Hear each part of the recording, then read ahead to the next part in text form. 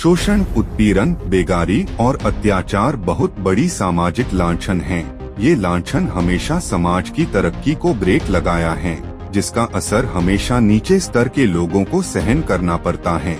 इस परिस्थिति को सुधारने के लिए एक से एक वीर पुरुष आए, जिसे लोगों ने अपना मसीहा और आराध्य देव माना।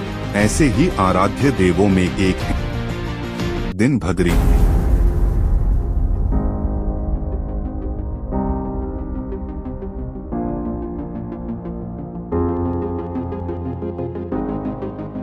लोक देवता दिनभद्री जन्म मिथिलांचल के सीमा क्षेत्र में मुसहर अर्थात सदा जाति के दो भाइयों की लोक गाथा, जो लोगों के बीच संघर्ष की कथा में बहुचर्चित हैं। परिश्रम और संघर्ष के द्वारा समाज में भीषण अत्याचार, अनाचार और शोषण के प्रति प्राण त्याग करने वाला दलित वीर की कहानी है।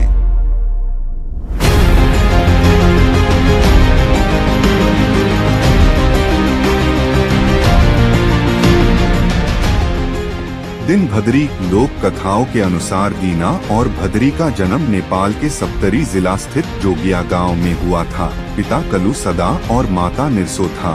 भाई में दीना बड़ा और भद्री छोटा था। कहा जाता है जन्म से ही दोनों भाई वीर और साहसी थे। कुश्ती खेलने में माहिर थे। लोकगाथा के अनुसार दोनों भाई दिन भर 5 मन का फावरा चलाया करते थे।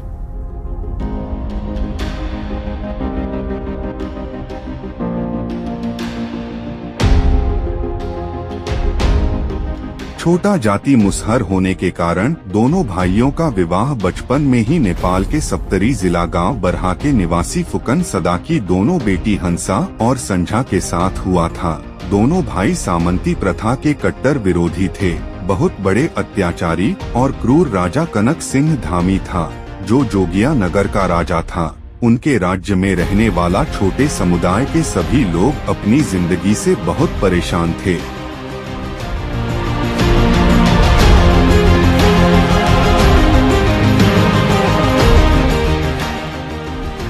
कारण वे छोटे समुदाय के सभी लोगों के प्रति अपेक्षित उत्प्रेरण, निःशुल्क बेगारी के साथ साथ शोषण, दमन और अत्याचार कर राजा कनक सिंह धामी की एक बहन थी, नाम था बचिया। कहते हैं बचिया तंत्र मंत्र में सिद्धहस्त हासिल की थी।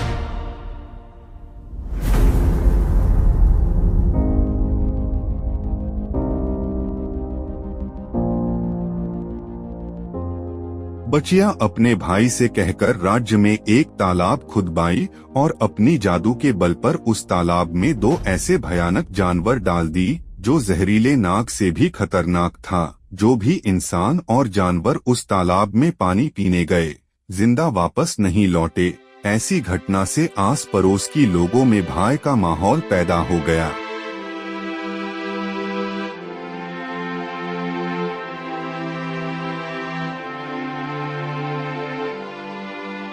इस भय से छुटकारा पाने के लिए लोगों ने दीना और भद्री से विनती की। दीना और भद्री ने दोनों जानवर को मार गिराया और आस पड़ोस की लोगों ने राहत की सांस ली।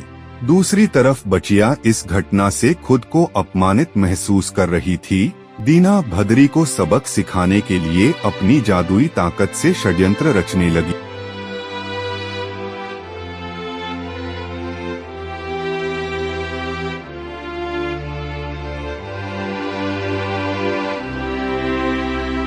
इससे पहले उसने अपने भाई कनक सिंह धामी के अंदर आग सुलगाई कि वो दीना भद्री से बेगारी करवाए। कनक सिंह धामी ने अपनी राज्य के सभी छोटे समुदाय के लोगों को बेगारी में खेती करने का हुक्म दिया।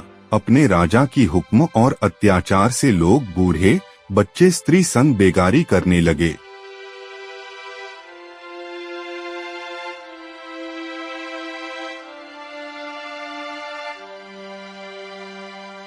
खेत में काम कर रहे लोगों के बीच बचिया एक बूढ़ी का वेश बदलकर पहुंचती हैं, लेकिन उसे दीना भद्री बेगारी करते नहीं दिखा। बचिया अपने भाई से कहती हैं, दीना भद्री से बेगारी करवाना जरूरी है। सुना है वो बहुत बलशाली और ताकतवर हैं।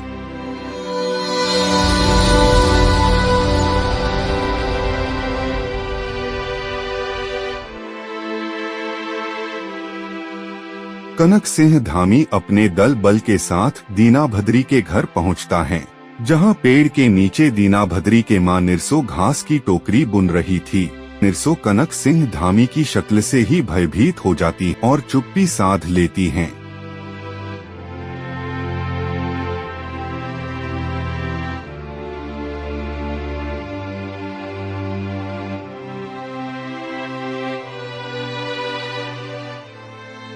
इस बात पर कनक सिंह धामी गुस्सा होकर अपना जूता निकाल निरसो को बेरहमी की तरह पीटता है।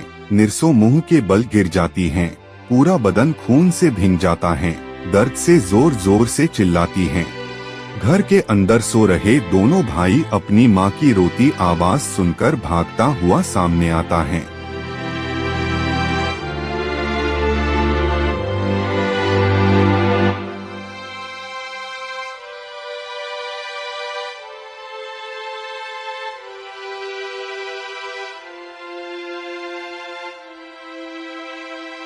और नजर दूर भागते जा रहे कनक सिंह धामी पर जाता है, दौड़कर उसका पीछा करता है और कनक सिंह धामी को जमीन पर पटक पटक कर मारता है।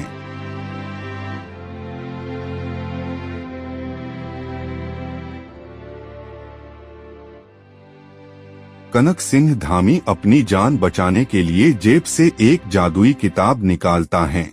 इससे पहले जादू का असर दोनों भाइयों पर हो, दोनों भाई कनक सिंह धामी पर टूट पड़ता है। फिलहाल कनक सिंह धामी अपनी जान बचाकर वहां से भाग निकलता है।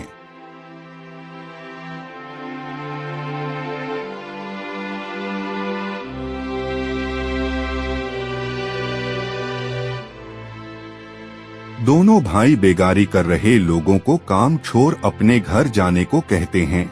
सभी लोग बहुत खुश होते हैं इस बात से कि कोई तो है जो हमारी मदद कर सकता है। दूसरी तरफ कनक सिंह धामी और बहन बचिया अपनी पराजित और अपमान से इतने क्रोधित हो गए कि दोनों भाई बहन ने दीना भद्री को जान से मारने का योजना बनाया।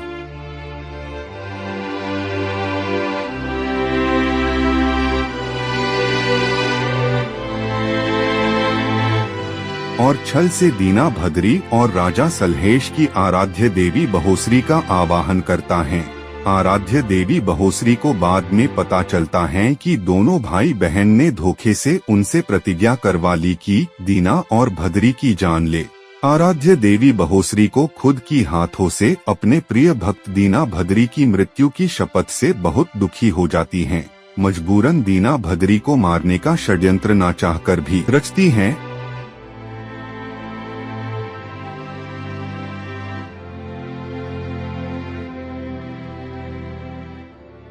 सो रहे दोनों भाइयों की स्वप्न में आराध्य देवी बहोसरी आती और कहती हैं कि कटैया खाप नाम की एक जंगल में एक मरा हुआ सुअर पड़ा है।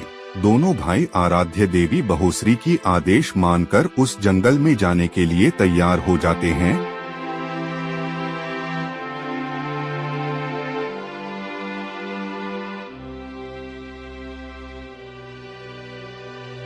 मां निरसो को ननिहाल भेजकर मामा बुरहन सदा के साथ कटैया खाप जंगल के तरफ प्रस्थान करते हैं। जंगल में बहुत ढूंढने के बाद उन्हें मरा हुआ सुअर मिलता है।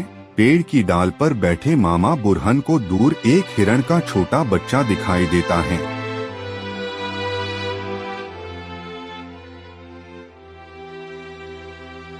दोनों भाई हिरण के छोटे बच्चे के करीब जैसे पहुंचते हैं, अचानक वो हिरण का बच्चा एक खूंखार बाघ हो जाता है और दीना भद्री के ऊपर वार करता है। खुद को बचाने के लिए दोनों बाघ से लड़ने के लिए जुट जाते हैं।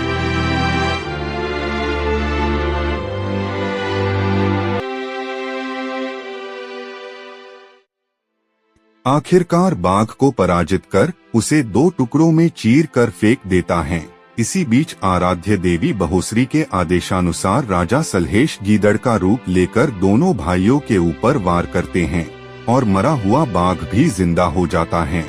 कहा जाता है कि 7 दिन और 7 रात तक दोनों के बीच भीषण लड़ाई चलता रहा। अंत में बाघ और गीदड़ की जीत और दोनों भाई दीना भद्री की मौत हो जाती है।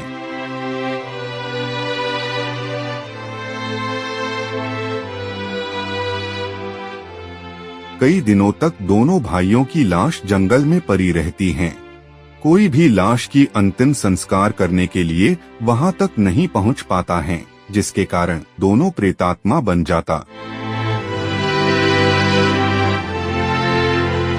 फिर मनुष्य का रूप धारण कर अपने गांव पहुंचता है।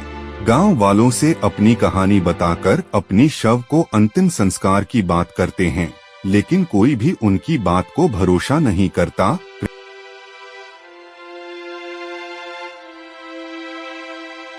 प्रेतात्मा बनने के बाद भी दोनों समाज की भलाई और बुराई के खिलाफ संघर्ष और भयानक रूप ले लिया था। कहते हैं वो अपना बदला पूरा करने के लिए बचिया का पीछा करते हैं, तलवार से बचिया का सर धड़ से अलग कर देता है। फिर कनक सिंह धामी के साथ युद्ध करते हैं, जिसमें कनक सिंह धामी और उसकी पत्नी की मौत हो जाती है।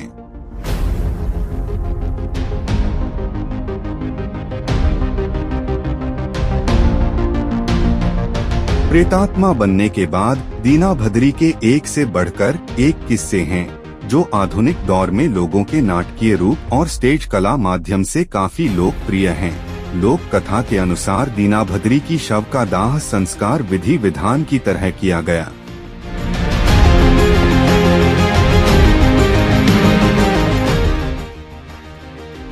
इस किस्से की शेष कहानी अगली एपिसोड में सुनाएंगे।